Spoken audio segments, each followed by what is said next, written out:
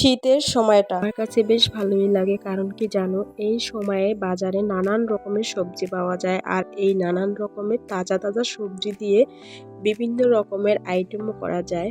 যাই হোক, আজকে আমি তোমাদের সাথে শেয়ার করব খিচুড়ি, সবজি খিচুড়ি। হ্যালো এভরিওয়ান, আসসালামু আলাইকুম। সবাই কেমন আছো? আশা করি সবাই অনেক বেশি ভালো আছো। বাসায় যা কিছুই রান্না করি না কেন, সব সময় চেষ্টা করি তোমাদের সাথে শেয়ার করার জন্য। এই তো দেখো, সবজি খিচুড়ি রান্না করার জন্য আমি চাল ধুয়ে নিয়েছি ভালো করে, আর পোলাও চাল দিয়েছি, সাথে 2 পদের ডালও দিয়েছি, মসুর ডাল আর মুগ ডাল। তবে মুগ ডালটা আমি ভেজে ভালো করে পরিষ্কার করে এরপরে চালের সাথে মিক্স করে নিয়েছি, কারণ এবার ডালটা মার পরিষ্কার করে দেয়নি। বাড়ি থেকে বলছে যখন কিছু রান্না করবা তখন কিছু ডাল নিয়ে ভালো করে ভেজে পরিষ্কার করে নিয়ে নেবা, তাহলে কিন্তু ঘ্রাণ থাকবে। যাই হোক, মার কথাটা কাজে লাগাইছি, সত্যি একদম ঘ্রাণটা অনেক সুন্দর ছিল।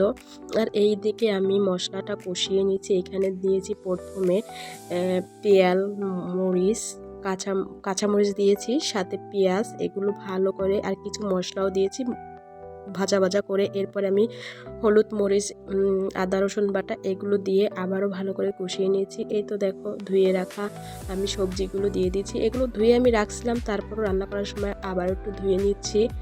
আর এই তো ভালো করে কষিয়ে নিচ্ছি। আর যে মাংসটা দেখছো, মুরগির মাংসটা একদম পিস পিস করে আমি কেটে নিয়েছি, আর সেগুলো কিছুক্ষণ মেরিনেট করে রেখে দিয়েছিলাম। মেরিনেট করলে হয় কি, মশলাটা ভালো মতো ভিতরে ঢোকে আর খেতেও কিন্তু ভালো লাগে। আর এই ধুয়ে রাখা চালটাও আমি মশলার ভিতরে দিয়ে ভালো করে মেখে নিচ্ছি। আর এই দিকে আমার বিরিয়ানির মশলা ছিল, সেটাও দিয়ে দিয়েছি। বিরিয়ানির মশলাটা দিলে হয় কি, ফ্লেভারটা অনেক সুন্দর আসে আর খেতে অনেক ভালো লাগে।